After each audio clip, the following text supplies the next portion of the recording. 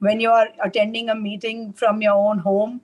No So you know problem. what happens when your juice that was kept for you, someone else drinks it and you get angry and you have to take your own and make it by yourself, so that 1 minute delay.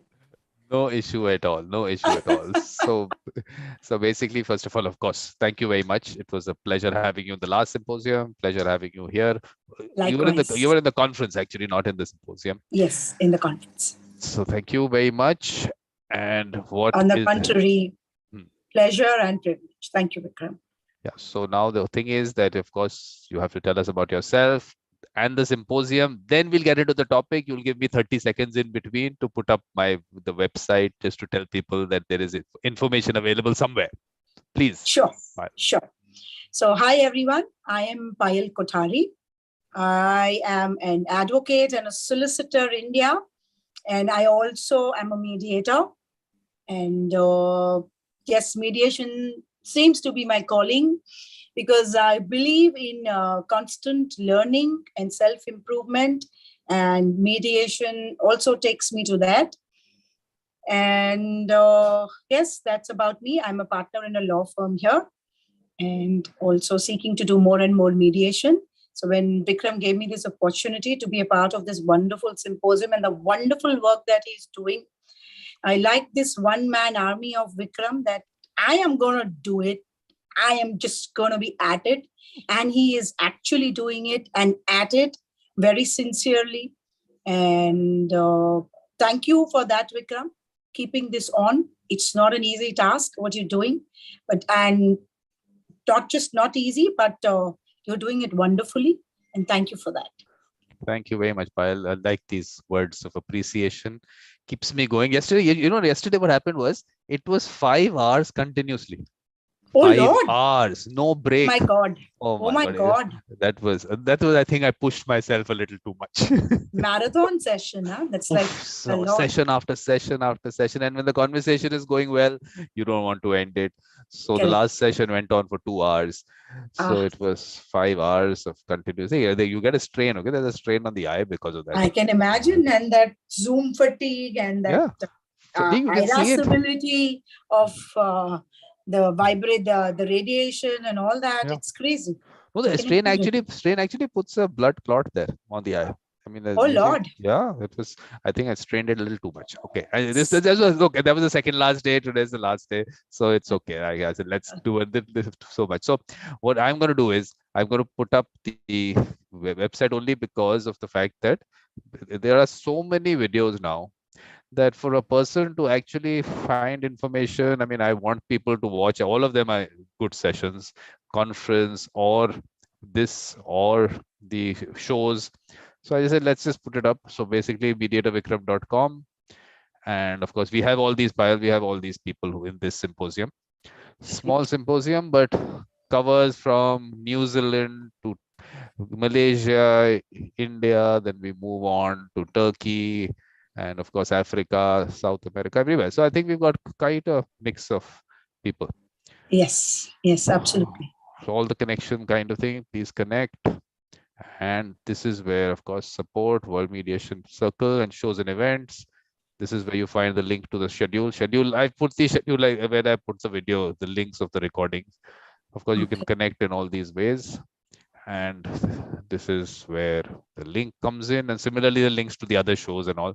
So I won't take time. World Mediation Circle, please read about it and be part of it. So that's it, Payal. That's my little 30 seconds. And now it's about you telling us about the symposium in general, and then please take us through the topic. And I am sitting here just listening to you. So I guess the symposium this time has been about colonization and decolonization and mediation. And I heard one of them. I've been extremely tied up since last 2.5 weeks. So I could hear, I don't remember the lady's name, but it was wonderful. On Malaysia, she was talking of, because practically the whole of the world had been colonized by these European powers, mainly Portugal and the Dutch, and of course the British and the French, basically. And yes, in that context, you've taken up a beautiful topic, that mediation, during these periods, how this ADR mechanism has taken place, or rather continued in different countries. Of course, before that, I think you did one symposium on indigenous peoples also. So I think this is maybe a proper sequence to that, or a sequel to that, because I think that's the order, right? Am I right? Exactly. Understanding that, Vikram? Absolutely. Yeah. So wonderful. I heard her, and very, very interesting. So today I'm going to be talking about India, colonization and decolonization, of course, which also means independence. I mean, pre-colonization. So that's our ancient India. Then we have the colonization period by the British. Of course, the French and the Portuguese were there to a very limited extent, but mainly it was the British. And then, of course, the the independence and post-independence era, which includes your liberalization also in India. So starting with the colonization, everyone is aware of that concept. I need not get into that. Qua India, pre-colonization period would definitely be the ancient India. And I would like to talk about the ADR mechanism, and one of them being mediation.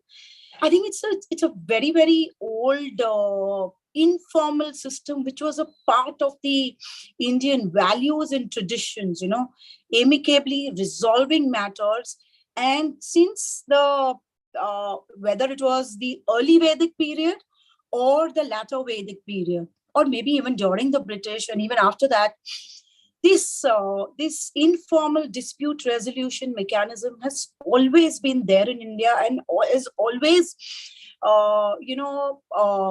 yes, been a part, an integral part of the Indian, the country. And I would go a step ahead and say that it is a part of our psyches, which today boils down to a very, very gross, this thing that is jugaad today. But it started with a very beautiful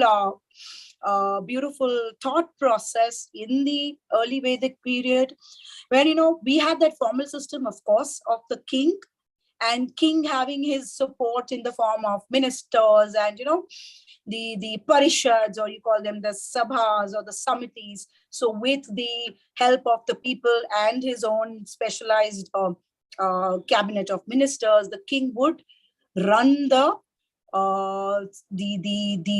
states or the regions, indigenous regions then.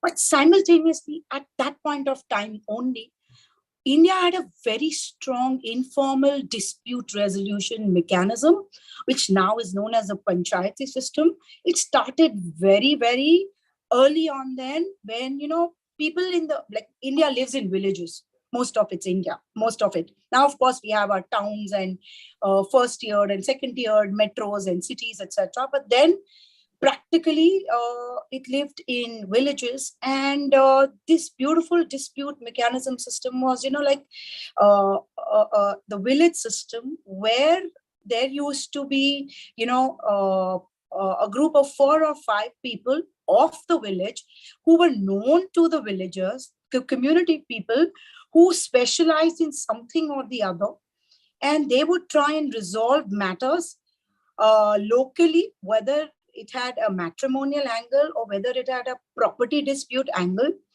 And also, by that point of time, they used to have these beautiful trade guilds at that point of time, the merchants. So we even had trade dispute resolution mechanisms then.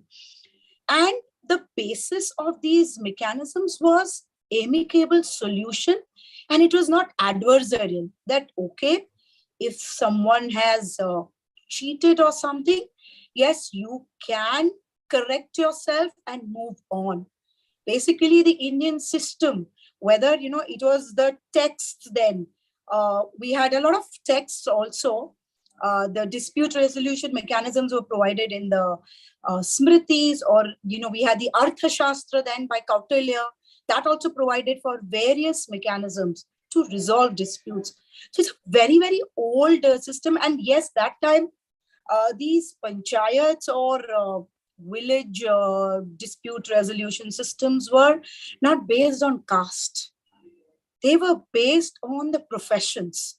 So that made things very clear and simple. So it was totally a merit-based system, and women were adored and given a very high status then.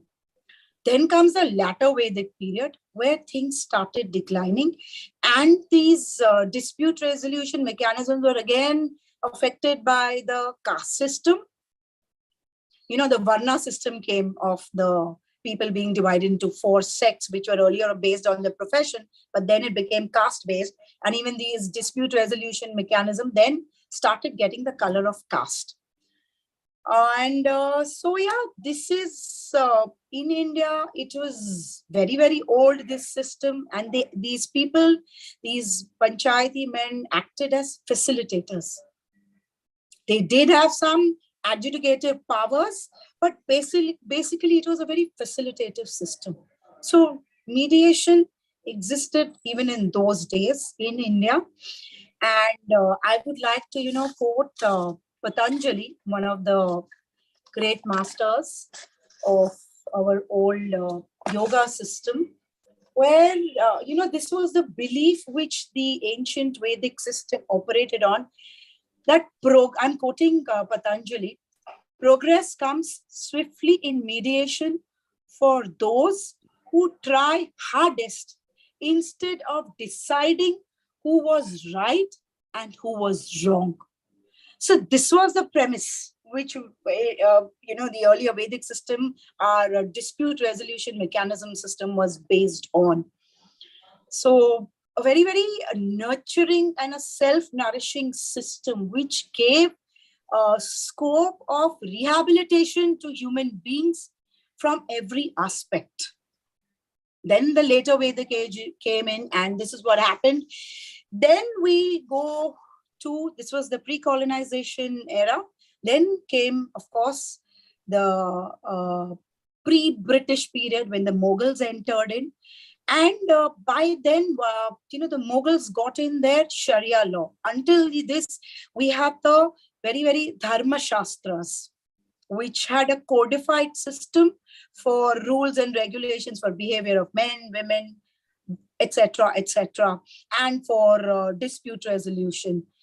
The Mughals had their Sharia law, and then came in the British. Now, what the British initially, when they entered in, they were, by then the panchayati system was very well ingrained, and India, as I told you, lived practically in the villages. So these minor disputes were resolved again by the panchayati system, where elderly or these chosen men would resolve things. When the British entered, they codified all the laws. So we had the Criminal Procedure Code, the IPC, the adversarial system was codified, and that came into the picture. And what happened is the British, in the earlier part of the regime, prior to the mutiny, or now we call it the independence struggle at that point of time. The British called it the mutiny. Our history texts used to call it the mutiny, but now it's called as the independence war by our indigenous kings, etc. at that point of time. So till then, they tried to keep the panchayati system in place because basically the British looked at everything from their angle. We were at their colony. So they looked at everything from their perspective, how easily they could rule us, how easily they could, govern us. So they framed these laws based on the needs of the British and the middle class, developed, cultivated by them in India through education, through the British education system. So that the entire village undertones to this panchayati system was being undermined by these laws. What happened is, when these panchayati systems, these dispute resolution mechanisms would tell them that, do this, the people now got the option of appealing to the courts. and the collectorates of the British courts and collectorates. So the panchayati system was like really undermined, but still it had its roots in India and always. Then come our leaders, we get our independence, the British get out, and initially the panchayati system was given a little mention in the directive principles of the state policy and not given a place in the constitution. Later on, with the 73rd Amendment, what happened is the panchayati system was given place in the constitution and legalized, and across India now we have the 3-tiered system and it's on. So the all mediation comes back into the picture here. So this is how the panchayati system started taking up matters and were resolving quite a few disputes, land disputes, or matrimonial disputes. As I told you, the caste system had come then, and by now it had taken like a very strong hold in our entire system. So we have those now the Khap panchayats and all also dealing with caste matters. So of course, some evils of that have entered. That is there in India. But having said that, the panchayati system, which according to me is a beautiful system of dealing with disputes, has really, of course, picked up with its pluses and minuses.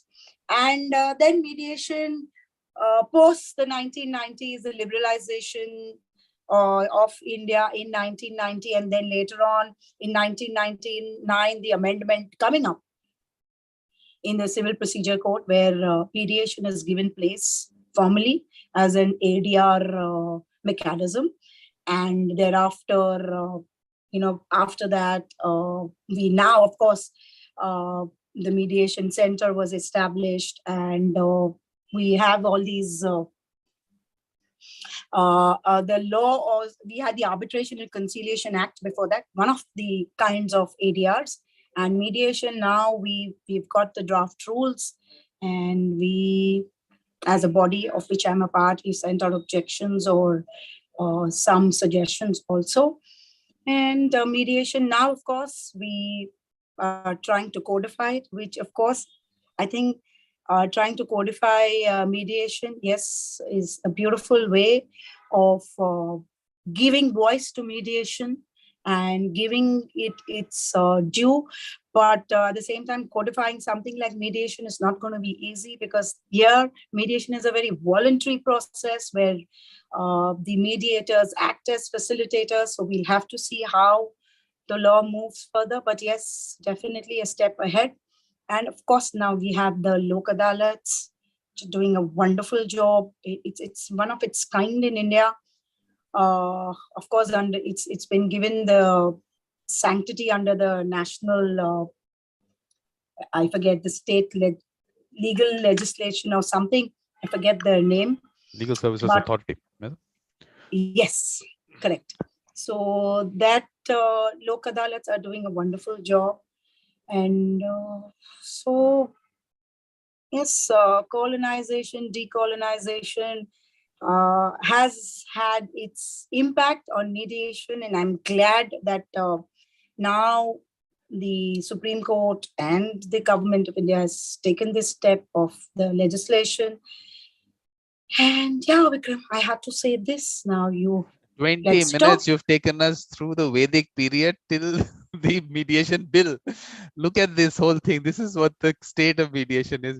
Okay, so basically, of course, I mean, each of those areas and what was really happening at that time, a lot can be discussed for sure. What lot can be discussed, because I think what really comes up is, I think, do we have things documented? I think that's something, because once something like mediation is a way of life, it's part of the life of a civilization, and which is an old civilization, so it's part and parcel of that. So specifically, I don't know how many references we'll find.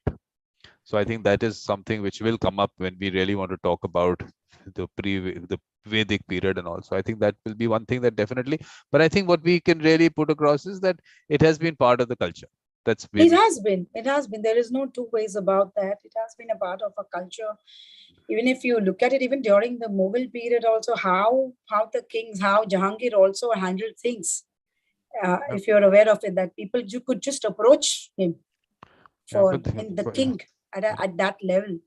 So that was, of course, during the Mughals, but it is not unknown in the Indian culture, I think.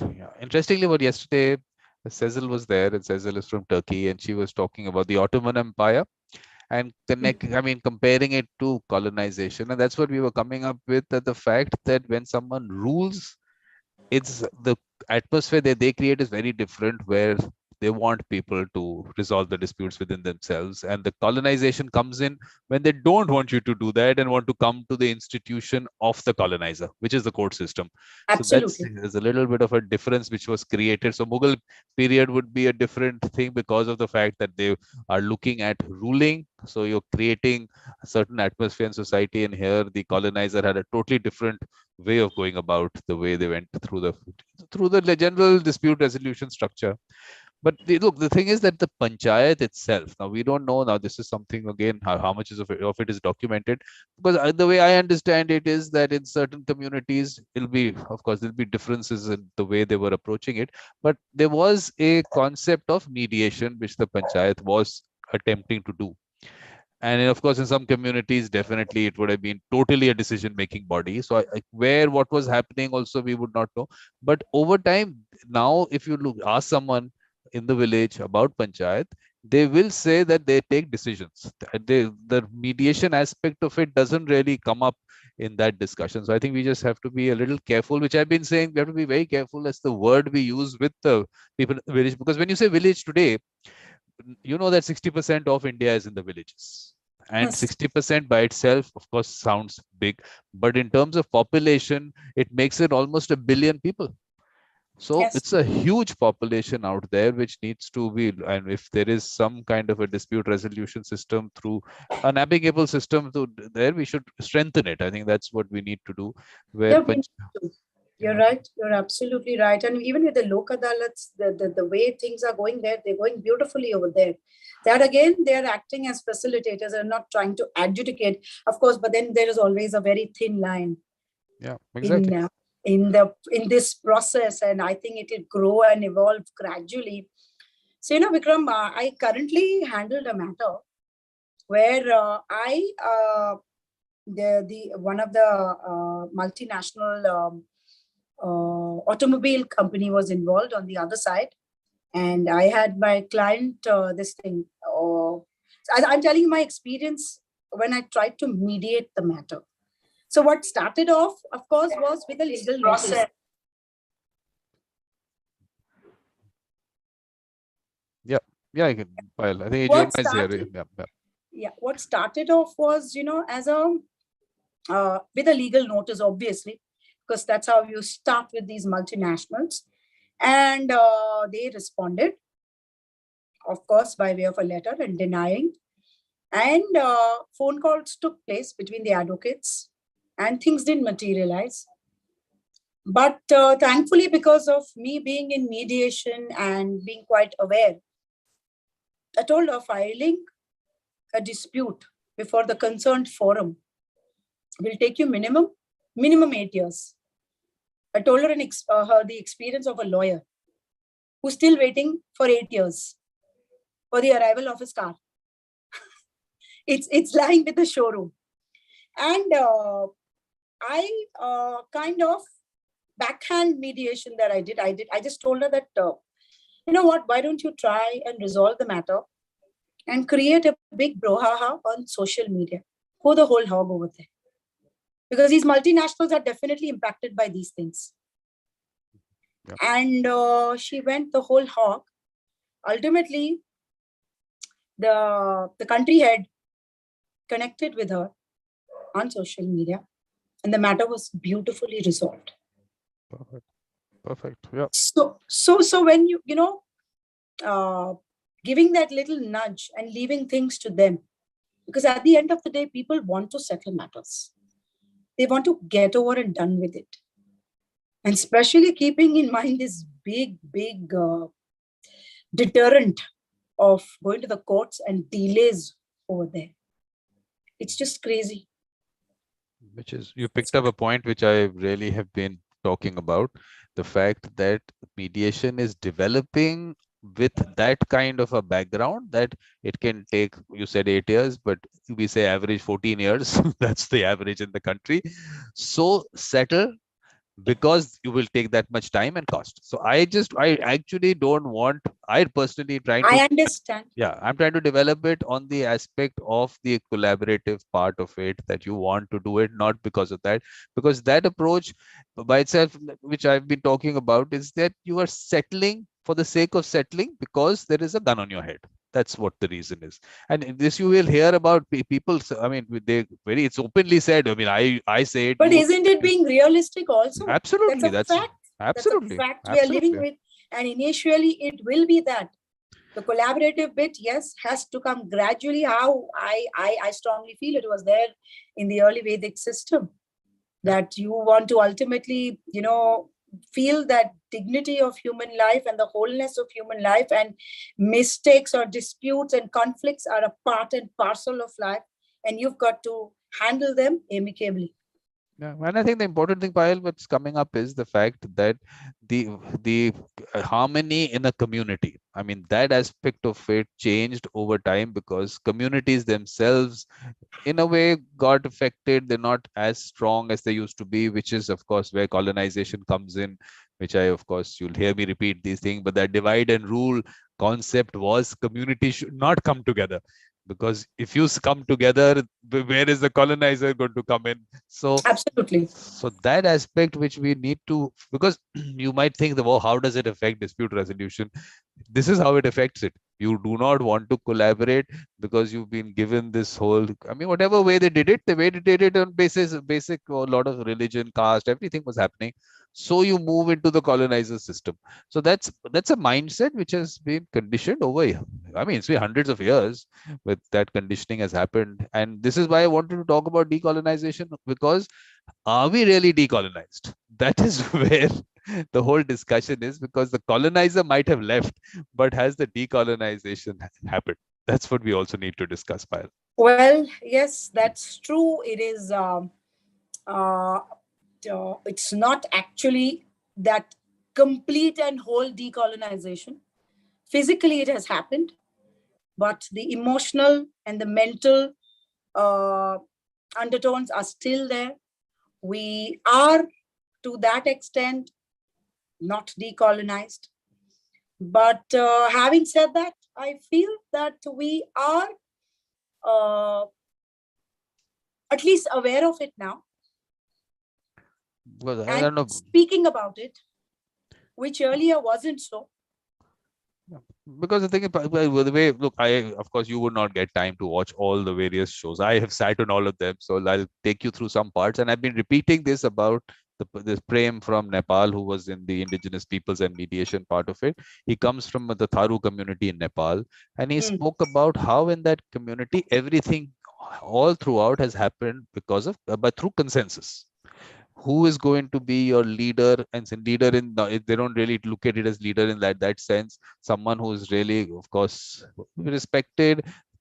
So the community brings them forward, and they continued because Nepal wasn't colonized, which is what the difference was. So Nepal was a protectorate, but wasn't colonized. So those systems of theirs stayed. Now, we don't know because it's been too many years in India, but maybe that's the way communities were here. So for me, that's a very nice kind of an example that maybe here also communities were like that. It was consensus. But he says now with the politics, divisions are being created in that community. So now it's not consensus. Now it's becoming this one backed by this political party, that one backed by political. So that the community is actually, in a way, being divided. And I'm saying this is a good thing to see what would have happened when the colonizer came in, because we don't have those examples. We might not even know what was happening because that was too long back. But here we see this happening, how a community is kind of will get broken up.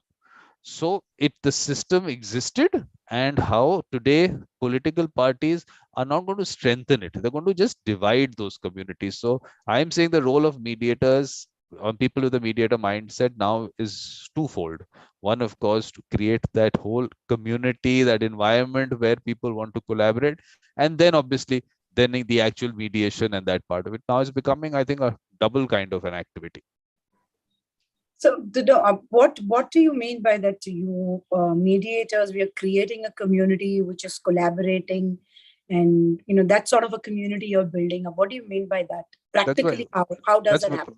Look, that's why I put up that I didn't take you through the World Mediation Circle, which I put up in my website, but let me take you through that, because Yeah, look, this is again a work in progress. I'm not saying that it's all as refined as it could be, but I've put my thoughts here. This is what it is, the way I'm looking at it. as a part of my.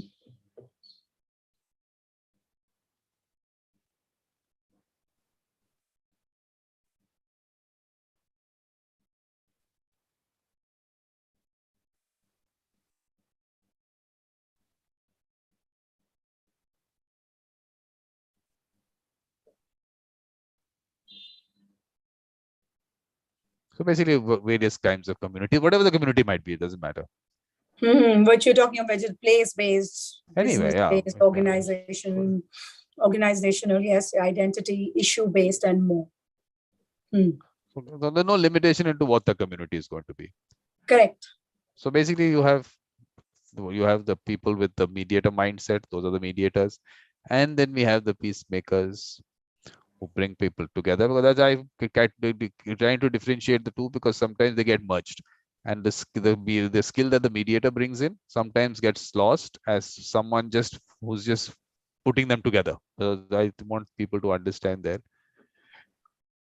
So this is where you create these circles. They create these circles. People who want to be, it's now not going to be that the entire, I mean, it's not like the world comes together at the same time. So in a smaller Absolutely. circles, the mindset, people who have that mindset comes in. I'm saying there are two people who have that mindset.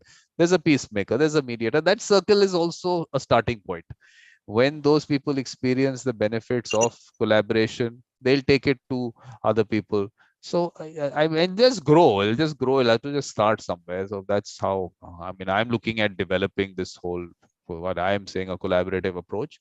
So that's basically how it is. So how it has to have, how the process to, I've also put that down there, because it's also, this one is all starting with a gift. Earlier, that support section obviously existed, but that was okay. You can here to be part of it. Yes, you start with that. It's not the amount, it's the thought that counts, and then we take it from there. So that's how it's going to be. That's how you join the World Mediation Circle. Yeah, and then I found, I mean, I'm looking at a way of people who be part of it. How do they get? I mean, everyone should get paid. I mean, that's finally they should all be looking at it as livelihood. So I'm creating a structure there, how it can be happen. So that is where now my focus is going to be. So after this symposium, from the 2nd to the 9th, just have meeting, people come in, talk to them about it, because this is now activity oriented. Now you actually work on the ground. Your action, the action now, Yeah. after So now the it's idea, exactly after discussing all this, seeing what the situation globally is, let's now get into action mode. Wherever issues are kind of identified, I think it's broadly identified. Now I think we got an idea. The last symposium was put separately only for the reason that that kind of a situation of a collaborative approach and amicable dispute resolution existed. So let's put it there. It's not that it is that we are creating something that is out of nowhere. It all existed. You just have to connect people to that. How is it? It's not going to be easy, definitely, because of the why the colonization aspect was important to discuss is because it has conditioned the mind of people over these years, and it's going to be, it's not unlearning also I think might be easier, but it is the whole emotional, the how things have got affected to a serious level. The day before yesterday there was Jim. He actually, he's in Canada, and how he's from one of the communities there, indigenous communities, and the residential schools that were set up by the colonizer, I mean, which was really serious stuff that he went through, personally went through. So that trauma that he had to get over, Wasn't easy. And he's so many other people he talks about who were part of that have not been able to get over that trauma. It's a trauma the way it was all done. So we were talking about, with Andrea was also there before that, intergenerational trauma. So she's from Mm. Ireland. And what happened in Ireland, the situation there, I mean, the serious stuff. We've gone through serious stuff here.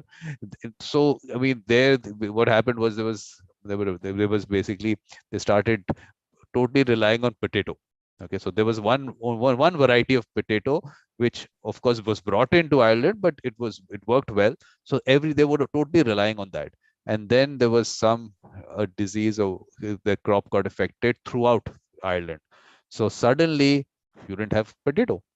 So now obviously people dying because of hunger, but the British are actually exporting food out of Ireland. They're the colonizer. So imagine and here she was saying how people had to choose which child of mine is going to die, which one I should keep. And when That's was it. this? When was 1850, this? 1850s. 1850. So now the population at that time was 8 million. The population, about 2 million died because of the famine. About 2 million left Ireland. So After, so almost half of the yes, population. imagine that must be the only country, very few countries in the world where the population in 1850, that's the population they're about reaching now. So that's Oh, the kind how it affected that days. Then she was talking about how because obviously now you're not looking at the British in a very good manner. They're not the best people. But mm, in the Second World War, people actually went and joined the British Army during that war. So they were shamed in that society, because obviously, how did you even participate with them? So how she correct. was talking about her grandfather and how that affected him. So all that is all connected. I mean, imagine from that point, the famine part of it, here also that Bengal famine that happened. No, these are serious issues. Let people die. I mean, imagine that you are actually exporting food out of a country where the people don't have food to eat. And then what they Mm. did was, because then they took over their land. So now that trauma and how that affects people as you go along. So how property becomes a very important aspect. There's this whole chain of things which happened because of colonization. So that trauma itself, to be able to get over that, and how you go back to, But that even our farmers are going through over here, no? Once the money lender system and all, during especially the British Raj, they became so strong. hmm, That was an effect of the colonization also, no? One of the effects of colonization, yeah, that the money lenders would strip these people totally of everything, and which we still are seeing the effects in Maharashtra and all, yeah, yeah. where farmers committing suicides, mass suicides, and all that. So it is definitely a part of an offshoot of colonization, 100%, because prior to that, things were not that bad. Exactly. That's what I'm saying now, that the whole concept of you now really having to build a different society, a different community, a different mindset. So it, of course, it has to be at the grassroots level. It has to be slow. It is going to be, I'm saying, even if it's two people to start with, it will be that. We were talking about your residential community. We were talking about that, how to develop it. So everyone is not going to have that mindset, but we're just putting them together. What I'm trying to put now out there is, look, you might not have a dispute, but come into the circle, because you feel you want to collaborate with people. Because when that circle I keeps growing, and people of that kind of mind come together, I think, like Jim had a nice word to say. I, of course, talk about the mediator mindset. He's talk about the good mind in that community. They talk about the good mind. So if people with the good mind come together, things change. I mean, just good discussions happen. The way, of course, I mean, it's every dispute doesn't have to go through mediation. Just the fact of people coming together and that approach where you want to collaborate, they can resolve it themselves. I mean, I'm saying mediation is step 2. So let's do it slowly. We will be able to find. So I think I think we have. Okay, Sorry, that was my daughter here. She so needed some. why didn't we not get her into the discussion? Rihanna, come here. Say hello. Rihanna, come in. Look, what we are discussing, you are as involved in the whole process. You have to be part of developing a collaborative approach in dispute resolution, and it starts with you and your friends and whatever. Are you school and college? Where are you? School? What? Are you in school or college? School. So in your school, we are going to ask you to ask within your school, who are those children who help people resolve their disputes? Let's bring them in. So there will be a mediation circle in your school that we are going to set up. So Payal is going to work on that. So that's how it's going to grow. Payal, this is exactly how it's going to happen. Yeah, I know what you're saying at the grassroots levels. She's get her friends who have that mindset. They'll come together and we'll give them. There's enough material to watch. There is enough. I mean, we had a discussion. You want to answer that? Want to say something on that? On what? On what? How you're going to get involved in the process is not just going to be a mother doing all this. You have to be part. You have to change the world. That's how you're going to be part of it. Okay, sure. I'd love to be a part of it. Yeah, okay. So she doesn't want to do this on camera. She wants to do it separately. They are a little shy. But no, it's just that I have to, I'm simultaneously like doing something else because I have to go out and get something. No, I understand everyone doesn't like to talk when they're live on YouTube. So it's okay. It's for me, it's like sitting in my living room and having that discussion. But this is how it happens, Payal. This is exactly how it happens. That's it. Just everyone around you, you talk to them and get identify those with the mediator mindset and people who have that approach, because you can find that. I mean, you'll find people who have that, that common kind of thought process on it, but it's all happening in pockets. Because like I said, divide and rule was the whole idea.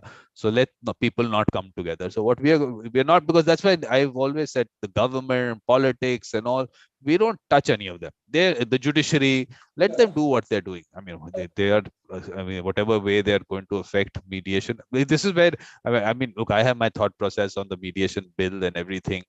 So I just feel that it's something which we're going wrong. Again, we're going back to what the colonizers' mindset is, that we need to interfere in people sitting with someone to resolve the dispute. We need to come in there somewhere. And today we have the best law on mediation. I mean, conciliation is the best law on mediation. Simple, no, it's totally flexible, totally informal. And you get a court decree at the end of it while sitting in your village. I'm saying 1 billion people sitting there don't have to go to a court. They don't have to go to a lawyer. They can sit in their house. All they have to say in one little line, that we are doing this under the Arbitration and Conciliation Act. That's it. One line, everything gets protected. Nowhere in the world is this thing available. In the US, they keep talking about mediation 45 years. Today, that their confidentiality is questioned, whether that mediation is confidential or not, because courts can still ask for that information in mediation. Our law protects that part of it. Yes. So we've got a beautiful law going, which we are going to complicate. Because look, for me, I know both of us are lawyers, but I want people to stay away from lawyers at that first instance. I just want them to be able to work out however they have to do it, because that one little step, that's another, even if you have to bring them back together, another 2-3 years. It's their frustration in the court system will come in. They might want to sit together. Lawyers will not let them sit together. They won't. It's all happening. I see it myself. I see it around me. The lawyers do have playing a major role in keeping those things going on. How they've been able to. I somehow feel there is an awareness also in us as lawyers now. I somehow feel that because what happens is at the initial stage, when you have a very very one-sided matters, or where the other party is extremely strong, like a multinational, they don't even listen to you.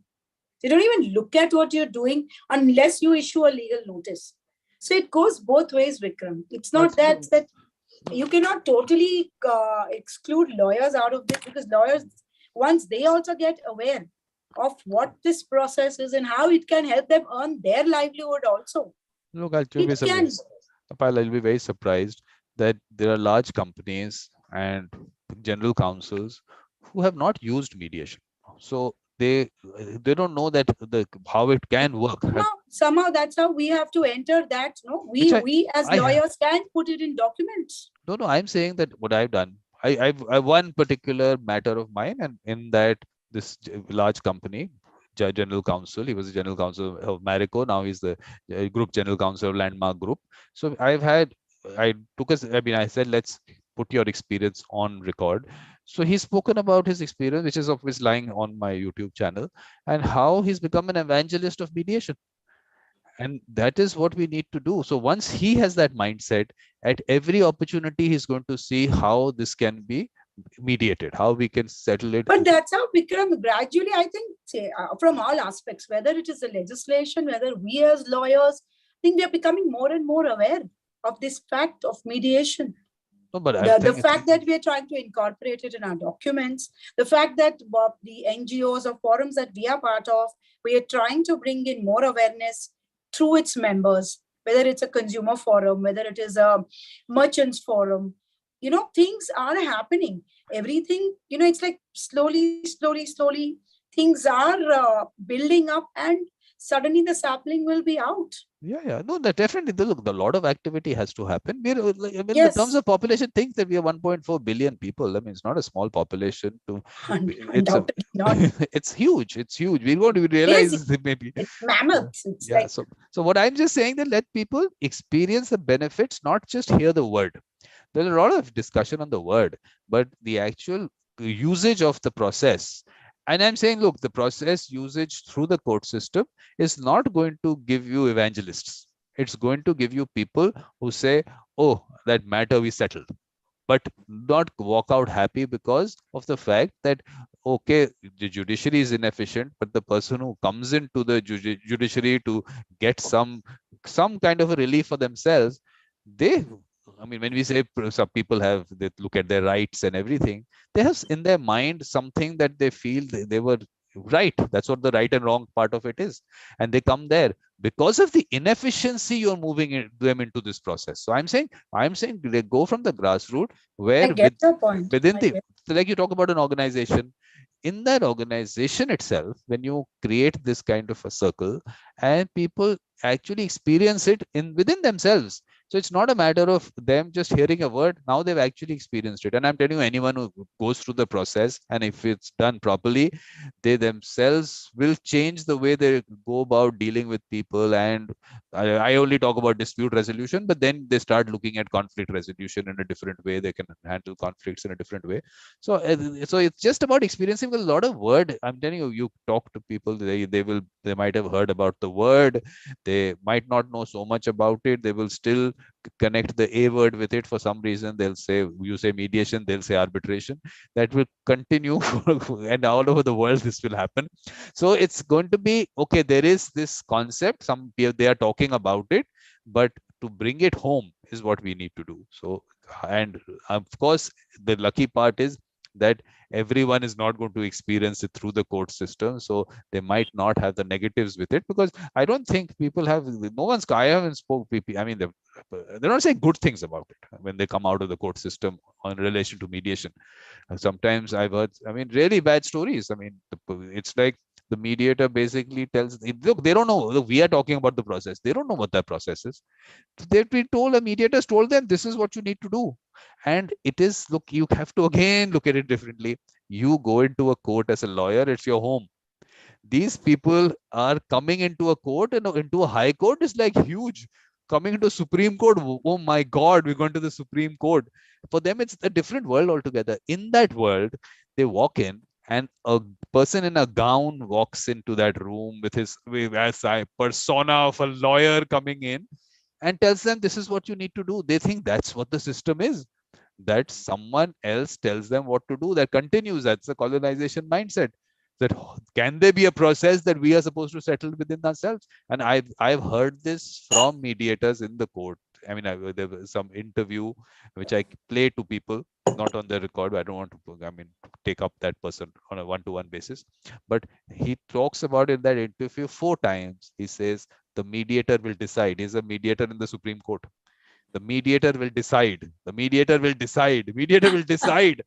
If that's the mindset, and that is what he's doing in that room, which no one has access to, only he's there, and the people, in this case parties, which of course we move to participants, we don't call them parties, but in that case, let's it be parties, because they're in the court system. What are they going to be experiencing? What are they going to walk out with? It's another person you've brought in. Earlier, it was maybe the panchayat was doing it for them, the court was doing it for them. Now this mediator does it. They think it's the same thing happening. They can't think that there is another process. So it's a lot of it has to be looked at. I don't know anyway if people are actually going out and putting these experiences out of people who experiencing mediation in the court system. I don't know whether that's getting documented. Are they? I don't know what kind of feedback is taken. I don't know about that because I have nothing to do with it.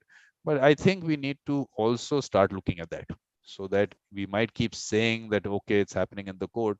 Because like you also, when you're talking about it, you spoke about the Civil Procedure Code amendment, and then as a secondary thing, you spoke about the Arbitration and Conciliation Act and conciliation, although it came in 1996, much before that.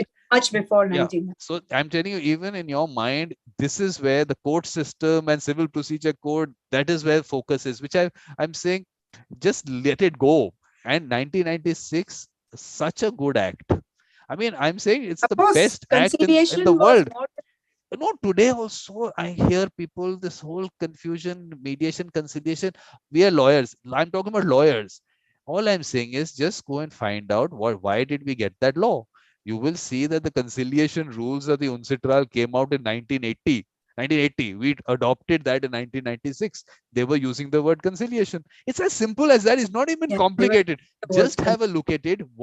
And we were so progressive that we took a law which was, we put it in a very simple manner so that a layman can understand. You don't need to go to a lawyer to even interpret the law.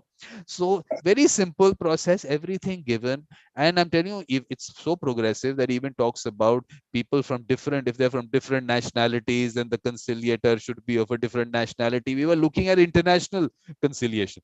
We had a much broader perspective on it. And now where are we going? An act which is going to be lengthy, which will have regulations under that, create a council. For what? Two people want to sit with a third person and resolve the dispute. What does the government or the judiciary have to do with it? Because you also said that the judiciary, I mean, the fact that the Supreme Court Chief Justice sets up a committee to look at draft a mediation law. First of all, why are you getting into drafting laws? That's what I prefaced it by saying that it's something contrary to the ethos of mediation when you're talking of things like this. But having said that, we do need that codification somewhere. No, what I'm trying to say is the codification is already there. The word might be something that, and I keep saying yesterday also. Yesterday I was talking about two words. I was talking to Thomas about it. Why those two words are required? Mediation and conciliation. Say you are in an arbitration, right? Now, in an arbitration, you have two options of settling it. One, you stay in the arbitration. The other, you go out of the arbitration. Now, we have such a good law that if you want to stay in the arbitration, you can settle it, come to the arbitrator, and the consent award is passed, which is normal everywhere. You have that option. And Section 30 of our Act says they can say they should attempt, and it is a duty of the arbitrator to see if the settlement can happen, they can settle it through mediation, conciliation. Both the words are there in Section 30, which means that you don't want to stay in the arbitration. You go out into the conciliation section, settle your dispute with a settlement agreement, which by itself is a consent award, is as good as a consent award. Don't have to go back to the arbitrator. Now you've got a court decree without going back. So now you've, first of all, cost, you don't have to go back to the arbitrator. At that time, of course, it was today also basically is the New York Convention.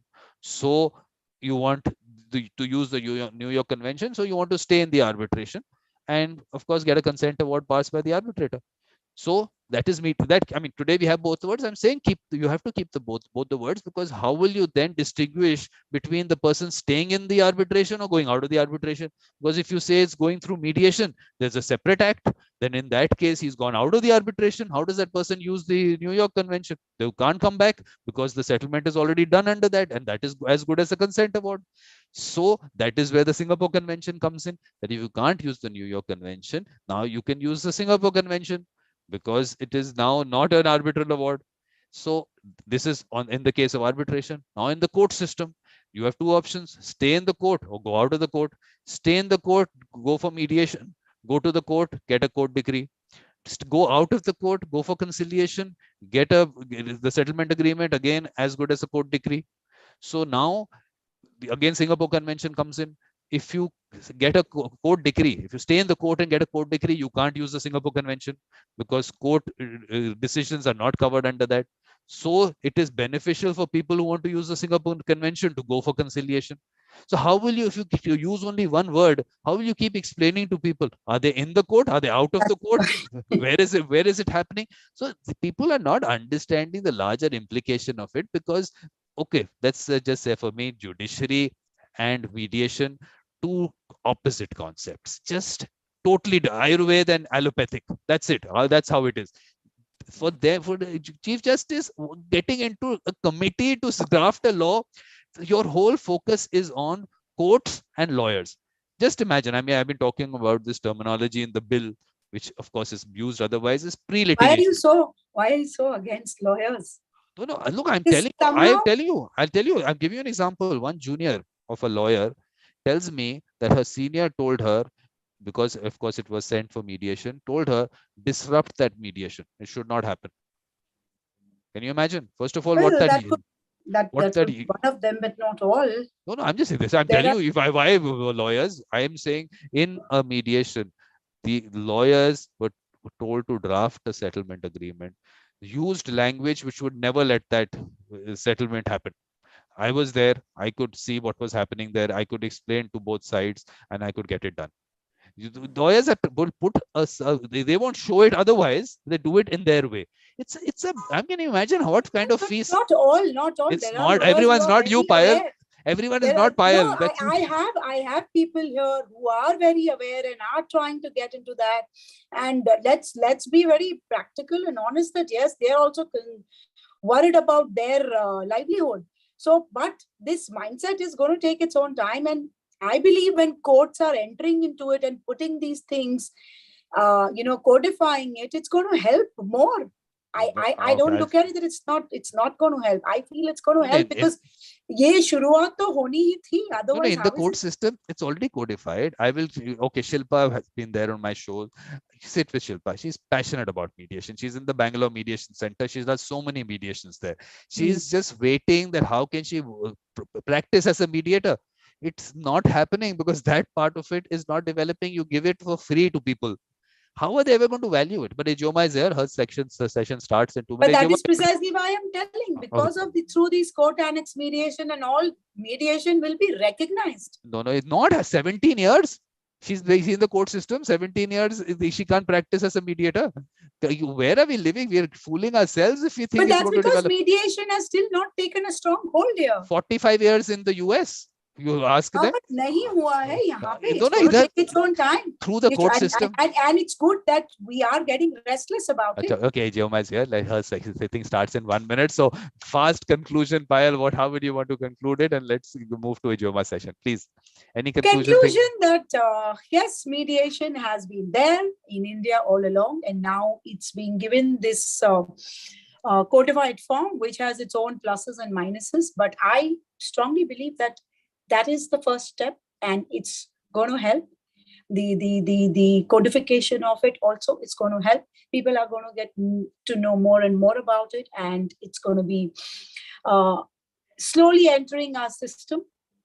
Yes, Vikram is a little restless about it, but I strongly believe that this will help. Perfect. So, Payal, what we're going to do is, of course, part of that mediation circle and circles, what you do is we'll go to, we'll try and do it online only. Some village in Maharashtra will pick up and we'll go there and speak to them as to what their thought process on it. So one is the Bombay thought process, practicing lawyer in Bombay, and one will get that view, and then we'll see how they are looking at it. So, but now it's her time, so we'll take it from there. Ijoma, please put on your video. So, Payal, thank you very much. And thank you, Vikram. Thank you, and we'll connect. Yeah. For that mediation world circle or world mediation circle. it is. Yeah. Okay. Yes. All right. Okay. Thanks a lot. Thanks. Bye.